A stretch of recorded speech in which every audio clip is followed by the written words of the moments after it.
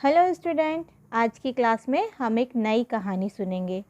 कहानी का नाम है बंदर और टोपी वाला। एक शहर में एक व्यापारी रहता था। वह टोपियों का व्यापार किया करता था। वह शहर से रंग बिरंगी टोपियाँ गांव-गांव में बेचा करता। एक दिन दोपहर को वह जंगल से गुजर रहा था। दूसरा गांव थोड़ा दूर था, इसलिए व्यापारी ने सोचा कि थोड़ी देर आराम कर लूं। इतना सोचकर वह एक पेड़ के नीचे लेट गया और टोपियों की गठरी एक तरफ रख दी। जंगल में बड़ी अच्छी और ठंडी हवा चल रही थी, जिससे लेटते ही टोपी वाले को नींद आ गई। उस पेड़ पर कुछ बंदर बैठे हुए थे। उन्होंने देखा कि वह मनुष्य सो गया है। वे पेड़ से नीचे उतर आए और देखा कि मनुष्य के पास एक गठरी पड़ी है। उन्होंने उत्सुकतावश वो गठरी खोल दी। गठरी के अंदर ढेर सारी टोपियां थीं। बंदर नकलची तो होते ही हैं। जब उन्होंने देखा कि मनुष्य ने सिर पर टोपी पहन रखी है, बस हर एक बंदर ने अपने अपने सिर पर एक एक टोपी पहन ली।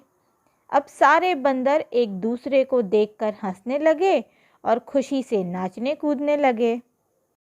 वह टोपी वाला व्यापारी जागा तो उसने देखा कि उसकी गठरी खुली हुई है और सारी टोपियां गायब हैं।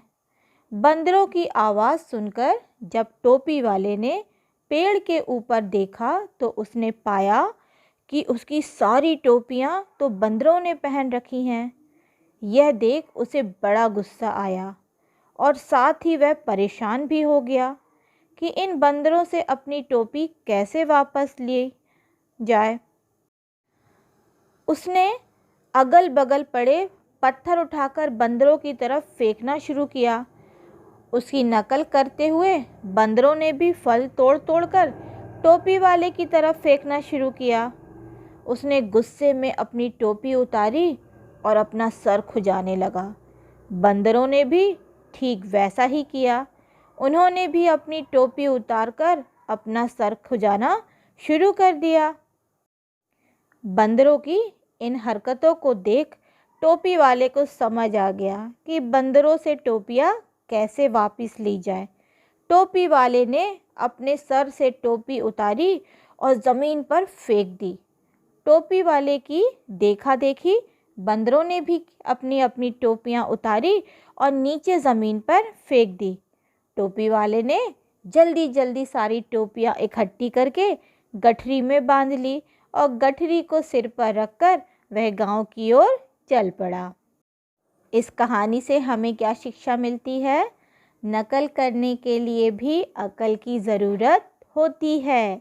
अगर हमें किसी की नकल करनी है तो उसके लिए भी हमारे पास अकल होनी बहुत ज़रूरी है। Thank you. Have a nice day.